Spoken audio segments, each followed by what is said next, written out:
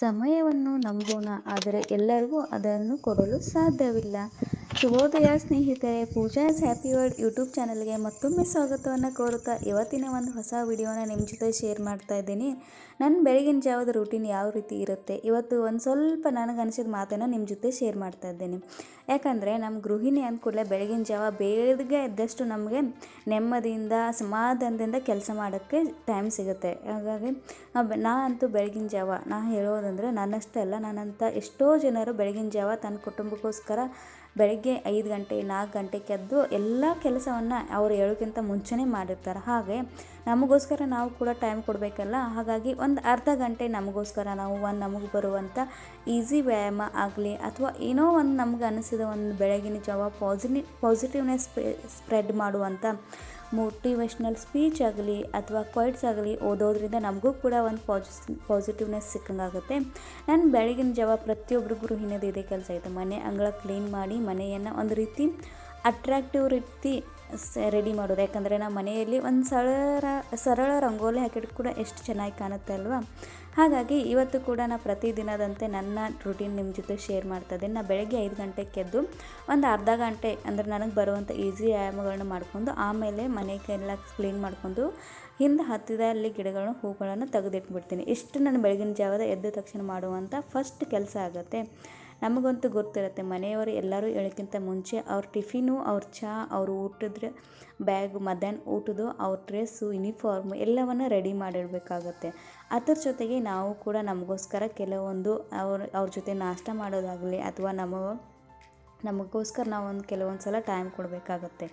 ಈ ರಂಗೋಲಿ ಹೇಗೆ ಅನ್ನಿಸ್ತು ಹೇಳ್ರಿ? ಈಸಿಯಾಗಿದೆ, ಆದರೆ ತುಂಬ ಚೆನ್ನಾಗಿ ಕಾಣುತ್ತೆ ಮತ್ತು ಸರಳವಾಗಿ ಹಾಕ್ಕೋಬೋದು.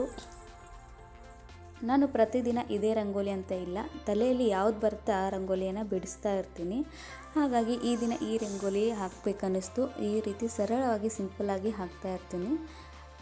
ಈಗಂತೂ ಮಳೆಗಾಲ ಪ್ರಾರಂಭ ಇದೆ. ಯಾವಾಗ ಮಳೆ ಬರುತ್ತೆ ಯಾವಾಗ ಬಿಸಿಲು ಬರುತ್ತೆ ಅಂತ ಗೊತ್ತಿಲ್ಲ.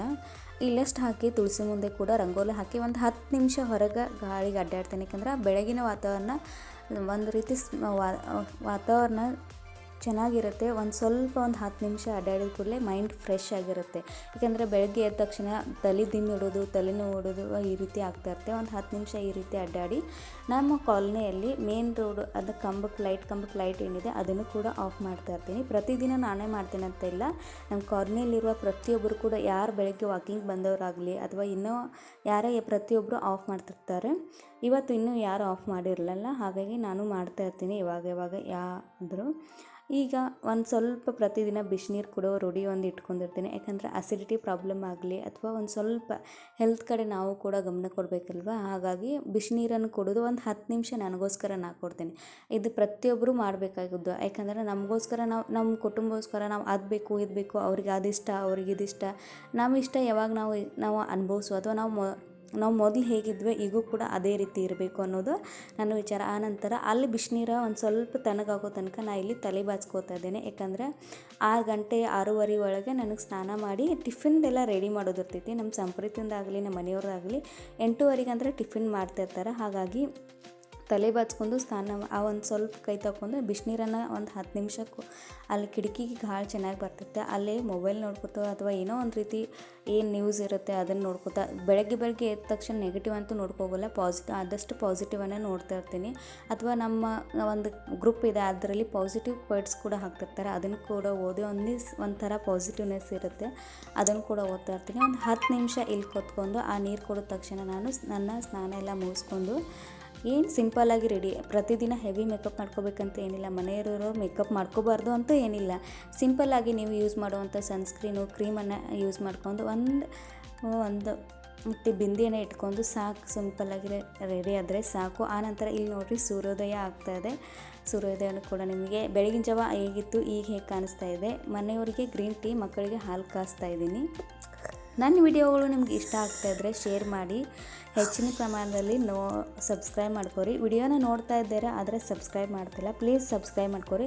ಇವತ್ತು ಬ್ರೇಕ್ಫಾಸ್ಟ್ಗೆ ಫಡ್ಡು ಮತ್ತು ಇನ್ಸ್ಟಂಟ್ ಫಡ್ಡು ಮತ್ತು ಟೊಮ್ಯಾಟೊ ಚಟ್ನಿಯನ್ನು ಮಾಡ್ಕೊತಿದ್ದೀನಿ. ಇಲ್ಲಿ 1 ಈರುಳ್ಳಿ, 1 ಟೊಮೆಟೊ, ಒಂದು ಸ್ವಲ್ಪ ಶೇಂಗಾ, 1 ಬೆಳ್ಳುಳ್ಳಿಯನ್ನು ಚಟ್ನಿಗೋಸ್ಕರ ತೆಗೆದಿಟ್ಟು ಅದನ್ನೆಲ್ಲ ಮೆತ್ತಗೆ ಒಂದು ಸ್ವಲ್ಪ ಬ್ರೌನ್ ಕಲರ್ ಆಗುವವರೆಗೂ ಹುರ್ಕೊಂಡು ಎತ್ತಿಡ್ತಾ ಇದ್ದೇನೆ. ಆಮೇಲೆ ಮಿಕ್ಸಿ ಬೌಲ್ಗೆ ಹಾಕಿ ಒಂದು ಸ್ವಲ್ಪ ಉಪ್ಪು, ಜೀರಿಗೆ, ಬೆಲ್ಲ ಮತ್ತು ಖಾರದ ಪುಡಿಯನ್ನು ಹಾಕಿ ರುಬ್ಕೊಂಡ್ರೆ ನಮ್ಮ ಟೊಮ್ಯಾಟೊ ಚಟ್ನಿ ರೆಡಿ ಆಗುತ್ತೆ. ಇನ್ನು ಇನ್ಸ್ಟಂಟಾಗಿ ಮಾಡುವಂಥ ಪಡ್ಡ ರೆಸಿಪಿಯನ್ನು ನಿಮ್ಮ ಜೊತೆ ಶೇರ್ ಮಾಡ್ತಾಯಿದ್ದೀನಿ.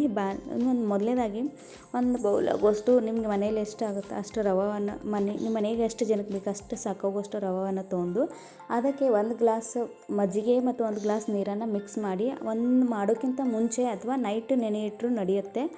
ನೈಟ್ ನೆನೆ ಇಟ್ಟರೆ ಒಂದು ಸ್ವಲ್ಪ ಹುಳಿ ಜಾಸ್ತಿ ಆಗುತ್ತೆ. ಹಾಗಾಗಿ ಮಾಡೋಕ್ಕೆ ಒಂದು ಸ್ವಲ್ಪ ಮುಂಚೆ ನೆನೆ ಇಟ್ಟು ಅದಕ್ಕೆ ಒಂದು ಸ್ವಲ್ಪ ಉಪ್ಪು, ಒಂದು ಸ್ವಲ್ಪ ಸಕ್ಕರೆಯನ್ನು ಹಾಕಿ ಒಂದು ತಾಸು ನೆನೆ ಇಟ್ಟರೆ ಆದಷ್ಟು ಜಲ್ದಿ ಪಡ್ಡು ರೆಡಿ ಆಗುತ್ತೆ. ಈ ಪಡ್ಡು ಹಿಟ್ಟಿಗೆ ನಾನು ಈರುಳ್ಳಿ, ಟೊಮ್ಯಾಟೊ ಮತ್ತು ಕೊತ್ತಂಬರಿ ಮತ್ತು ಸೌತೆಕಾಯನ್ನು ಹೆಚ್ಚಿ ಹಾಕ್ತದೆ. ಯಾಕಂದರೆ ಮಕ್ಕಳು ಕಾಯಿಪಲ್ಯ ತರಕಾರಿಗಳನ್ನ ತಿನ್ನೋಕ್ಕೆ ಮಾಡ್ತಾರೆ. ಈ ರೀತಿ ಅವ್ರಿಗೆ ಹಾಕಿಕೊಟ್ರೆ ಇಷ್ಟಪಟ್ಟು ತಿಂತಾರೆ ಕೂಡ ಮತ್ತು ಹೆಲ್ದಿಯಾಗಿ ಕೊಡುತ್ತೆ. ಆಮೇಲೆ ಬಿಸಿ ಬಿಸಿ ಪಡ್ಡನ್ನು ಮಾಡಿದೆ ಎಲ್ಲರಿಗೂ ಕೂಡ ನಾಷ್ಟಕ್ಕೆ ಮಾಡಿ ಬಿಸಿ ಪಡ್ಡನ್ನು ಹಾಕಿಕೊಟ್ಟೆ. ನಾನು ಕೂಡ ಅವ್ರ ಜೊತೆ ನಾಷ್ಟ ಮಾಡಿ ಬೆಳಗಿನ ಜಾವದ ನನ್ನ ಈ ರೂಟೀನ್ ಹೀಗಿರುತ್ತೆ.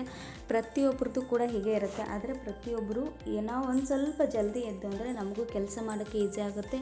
ಯಾಕಂದರೆ ಮನೆಯಲ್ಲಿ ಚಿಕ್ಕ ಮಕ್ಕಳು ಎಲ್ಲರೂ ಈಗ ಚಹಾ ಆಗಲಿ ಕಾಫಿ ಆಗಲಿ ಪ್ರತಿಯೊಬ್ಬರಿಗೂ ಬೆಳಗ್ಗೆ ಎದ್ದ ತಕ್ಷಣ ಬೇಕಾಗಿರುತ್ತೆ. ಯಾಕಂದರೆ ಒಂದು ರೀತಿ ಎನರ್ಜಿ ಡ್ರಿಂಕ್ ಆಗಿರುತ್ತೆ. ಒಬ್ಬೊಬ್ರಿಗೆ ಇಷ್ಟ ಆಗಲ್ಲ. ಆದರೆ ಪ್ರತಿಯೊಂದು ಮನೆಯಲ್ಲಿ ಪ್ರತಿದಿನ ಬೆಳಗ್ಗೆ ಆಗುವಂಥ ಒಂದು ಎನರ್ಜಿ ಡ್ರಿಂಕ್ ಅಂದರೆ ಚಹಾ ಆಗಿರುತ್ತೆ. ಈಗ ಅದರ ಪ್ರಮಾಣ ಕೂಡ ಕಡಿಮೆ ಮಾಡಬೇಕು ಅನ್ನೋ ಪ್ರತಿಯೊಬ್ಬರು ಮಾಡ್ತಿರ್ತಾರೆ. ಆದರೆ ಕಾರ್ಯರೂಪಕ್ಕೆ ಯಾವಾಗ ಬರುತ್ತೆ ಗೊತ್ತಿಲ್ಲ. ಈ ಪಡ್ಡು ರೆಸಿಪಿ ಈ ಪಡ್ಡನ್ನು ಮಾಡ್ಕೋಗಿ ನಮ್ಮ ಸಂಪ್ರೀತಿ ಮಮ್ಮಿ ಮಮ್ಮಿ ಅಂತ ಹೇಳಿ ನೋಡ್ಕೊತ ನಿಂತಿದ್ದೆ. ಅವ್ರಿಗೆ ಎಲ್ಲ ಹಾಕಿಕೊಟ್ಟು ಮನೆಯವ್ರಿಗೆ ಬಿಸಿ ಚಹಾ ಬೇಕಾಗಿತ್ತು. ಅವ್ರಿಗಷ್ಟು ಚಹಾ ಮಾಡಿಕೊಟ್ನಿ. ಈ ರೀತಿ ನನ್ನ ಬೆಳಗಿನ ರೂಟೀನ್ ಇರುತ್ತೆ. ಈ ವಿಡಿಯೋಗಳು ಇಷ್ಟ ಆದರೆ ಶೇರ್ ಮಾಡಿ. ಹೊಸಬರು ನೋಡೋರು ದಯವಿಟ್ಟು ಚಾನಲ್ನ ಸಬ್ಸ್ಕ್ರೈಬ್ ಮಾಡ್ಕೊಂಡು ನೋಡಿ.